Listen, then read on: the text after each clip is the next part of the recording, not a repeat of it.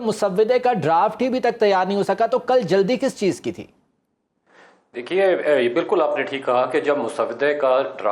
مسودہ جب تیار ہی نہیں ہے، آپ کے پاس نہیں ہے، تو آپ عجلت میں کیوں ہیں؟ ایک ان نیسیسری ہیسٹ ہمیں کل نظر آئی، اور جس طریقے سے پارلیمان کا جو اجلاس تھا، یعنی national assembly of Pakistan and senate of Pakistan کو جو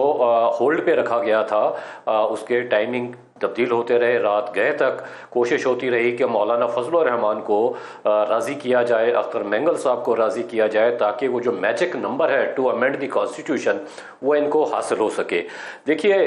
میں اس کو ایک انگلش پوئٹ ناولسٹ ہیں ٹامس ہارڈی، ان کی ایک لائن کوٹ کرتا ہوں کہ it was an ill judged execution of an equally ill judged plan، جو کل ہمارے سامنے آیا۔ ان کا جو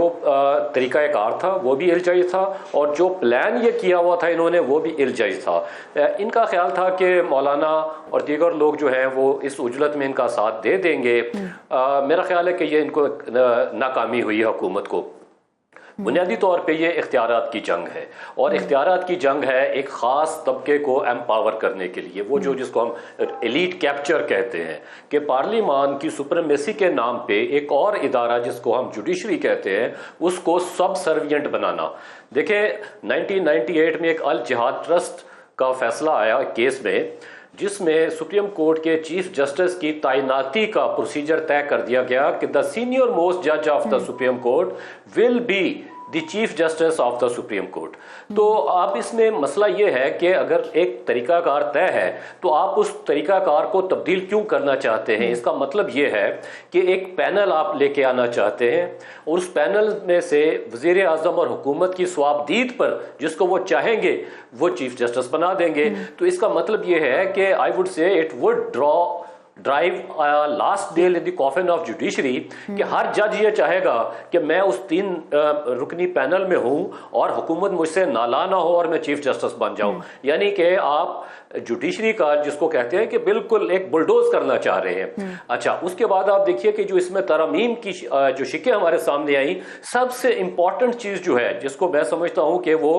بالکل تہس نہس کرنے کے برابر ہے پارلیمان کو بھی اور پولیٹیکل پارٹیز کو بھی، وہ ہے جو آرٹیکل 63A کو امینڈ کرنا چاہ رہے ہیں۔ دیکھیے اس کا مطلب کیا ہے کہ میں ایک کام کر رہا ہوں اور اس کام کرنے کے حوالے سے میں ایک ترمیم کر رہا ہوں کہ یہ جو میں نے کام کیا ہے اس کا گناہ میرے سر نہ آئے، یعنی مجھے پہلے ہی معاف کر دیا جائے سوری جو کام میں کرنے جا رہا ہوں، یعنی ڈیفیکشن کلاز جو ہے اس کو ختم کر دینا، اس کو ان ایفیکٹو کر دینا، کہ ایک پارٹی کے لوگ جو مینڈیٹ لے کے آتے ہیں عوام سے ایک خاص منشور کے تحت، ان کو آپ یہ اجازت دے دیں کہ وہ اپنی پارٹی کی پالیسی سے ہٹ کر دوسری جانب حکومت کو سپورٹ کر دیں یا اپوزیشن کے معاملے کو سپورٹ کر دیں۔ تو میرا خیال ہے کہ یہ پارلیمان کو، پولیٹیکل پارٹیز کو بالکل ڈیسیمیٹ کرنے کے برابر ہوگا کہ آپ نے یہ اختیار دے دینا ہے پارلیمان کے ممبران کو کہ وہ اپنی پارٹی کی پالیسی کو، یعنی پارلیمنٹری پارٹی کی پالیسی کو فالو نہ کریں، اور اگر ان کو پریشرائز کیا جائے جو کہ ہمارے ہاں ہوتا ہے، وچ ہنٹ ہوگا، آرم ٹویسٹ ہوگا، اس سے آپ ان کی لائلٹی جو ہے for the purpose of amendment اور اینی لیجسلیشن جتنے بھی رہنما ہیں وہ یہی کہہ رہے ہیں کہ ہم لوگ پارلیمان کو مضبوط کرنے کے لیے تمام تر اقدامات کر رہے ہیں۔ لیکن سر اگر ہم صورتحال دیکھیں تو سپریم کورٹ میں مجوزہ آئینی ترمیم کو کالعدم قرار دینے کی درخواست دائر کر دی گئی ہے۔ جو سینئر قانون دان حامد خان صاحب، انہوں نے کہا ہے کہ ان ترامیم کے خلاف ہم بھرپور تحریک چلائیں گے۔ فیصل وابڈا صاحب نے موجودہ حکومت کو کافی تنقید کا نشانہ بناتے ہوئے کہا ہے کہ یہ ایک نکمی حکومت ہے جو کہ یہ آئینی ترامیم ہی جو ہے منظور نہ کروا سکی۔ مولانا کو کیوں نہیں منایا جا پا رہا حکومت کی جانب سے، اس حوالے سے بتائیے گا، اور کہیے گا کہ کیا آگے آنے والے دنوں میں حکومت جو ہے اس آئینی ترمیم کو پارلیمنٹ کے سامنے پیش کرے گی یا پھر اس معاملے کو رفع دفع کر دیا جائے گا؟ آپ اس پر کیا کامنٹ کریں گے؟ دیکھیے میرا خیال ہے کہ اگلے 25-30 دنوں میں تو شاید یہ دوبارہ امینڈمنٹ پارلیمان میں نہ آئے۔ اس کی وجہ ہے کہ وزیر اعظم اب یونائٹڈ نیشن جنرل اسمبلی کے سیشن میں پارٹیسپیٹ کرنے کے لیے نیو یارک جا رہے ہیں۔ ہفتہ بھر ان کا لگ جائے گا وہاں پہ، پھر واپسی پہ شاید انگلینڈ بھی وہ جائیں گے، تو میرا خیال ہے 10 دن تو یہ چلے گئے۔ اس کے بعد ہمارا اگلا مہینہ جو اکتوبر کا ہے اس میں ہماری انٹرنیشنل ڈپلومیٹک انگیجمنٹس کافی ہیں۔ پاکستان میں SCO کا اجلاس ہونا ہے اور بھی بہت سارے معاملات ہیں ہیں تو میرا نہیں خیال ہے کہ یہ اگلے 20-25 دن میں دوبارہ حکومت جو ہے اس بل کو لے کے آئے گی اور کنسنسس بلڈ کرنے کی کوشش کرے گی، کیونکہ مولانا فضل الرحمان صاحب کا بڑا کلیئر سٹانس ہے کہ وہ کسی ایک انڈیویجول کے لیے قانون سازی کا حصہ نہیں بنیں گے، اور یہ بات بالکل درست ہے کہ وائی پرسن اسپیسیفک۔ پاکستان کی تاریخ میں ہم نے یہ دیکھا ہے کہ پچھلے 5-7 سالوں میں 8 سالوں میں پرسن اسپیسیفک امینڈمنٹس آ رہی ہیں کانسٹیٹیوشن میں، اینڈ لیجسلیشن ادروائز بھی ہو رہی ہے۔ تو میرا خیال ہے کہ جب آپ کوئی بھی معاشرہ، کوئی بھی پارلیمان جو ہے وہ پرسن اسپیسیفکس میں چلا جاتا ہے تو پھر وہ چیزیں زیادہ دیر چلا نہیں کرتی، وہ جو ڈھانچہ ہے وہ گر جاتا ہے۔ تو یہی کیا جا رہا ہے کہ اپنی مرضی کے لوگوں کو لانے کے لیے، وہ جو اکثر میں کل بھی کہہ رہا تھا آج بھی، کہ اپنی چوائس کے لوگوں کو تمام ٹاپ پوزیشنز پہ لانے کا مطلب کیا ہے کہ آپ پاکستان کو آگے بڑھنے نہیں دینا چاہتے،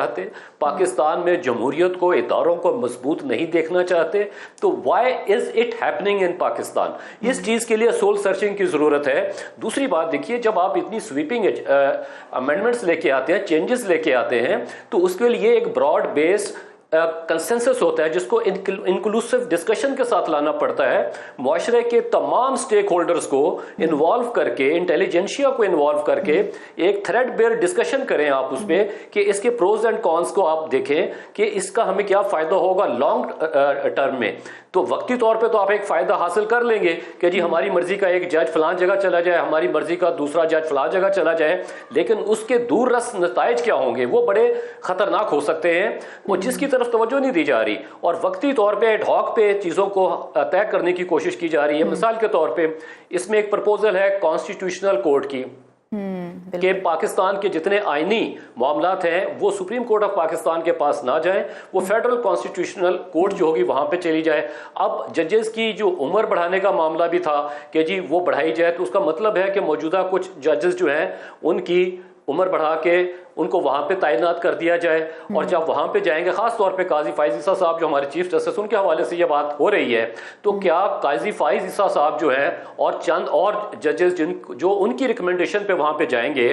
وہاں پہ کانسٹیٹیوشنل کیسز کو ڈیل کریں گے؟ تو کانسٹیٹیوشنل کیسز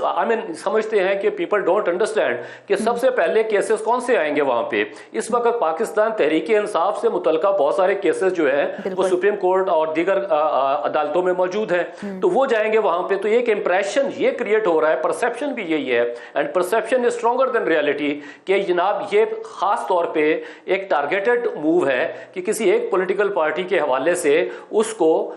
ایک یہ سچویشن کریٹ کرنا اور ان کو جو ہے اس سے کنٹرول پہلے بھی جو ہے وہ ترامیم آتی رہی ہیں۔ جب 18th امینڈمنٹ ہوئی تھی تب بھی ایک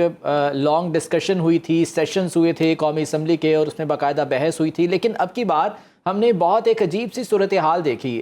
مینگل صاحب آتے ہیں، وہ کہتے ہیں کہ ہمارے سامنے مسودہ نہیں ہے، ہمیں پتہ نہیں ہے، لیکن حمایت مانگی جا رہی ہے۔ مولانا نے بھی یہی بات کی، ایون کہ خود جو حکومتی اتحاد کے لوگ ہیں، خود مسلم لیگ نون کے لوگ ہیں، وہ بھی یہ باڈی لینگویج سے بہت زیادہ کنفیوز دکھائی دے رہے تھے۔ تو یہ کنفیوژن آخر تھی کیا؟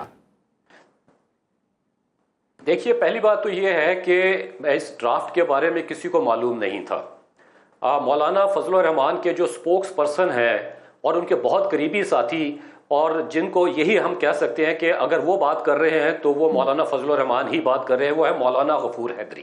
کل مولانا غفور حیدری نے کہا کہ ہمارے پاس کوئی ایسا ڈرافٹ موجود نہیں، لیکن ہمارے کچھ میڈیا کے ساتھی یہ اس بات پہ اصرار کرتے رہے کہ نہیں، مولانا کے سامنے وہ ڈرافٹ رکھا گیا، وہ شکیں جو ہیں وہ ان کے اوپر ڈسکشن ہو رہی ہے، لیگل ایکسپرٹس بیٹھے ہوئے ہیں، ایسا کچھ نہیں تھا۔ مولانا فضل الرحمان نے کل جو کمیٹی تھی پارلیمان کی، وہاں پہ جا کے بھی یہ بات کہی کہ ہمارے پاس کوئی ڈرافٹ نہیں آیا، ایک گفتگو ہو رہی ہے، ایک براڈر پرسپیکٹو میں بات ہو رہی ہے۔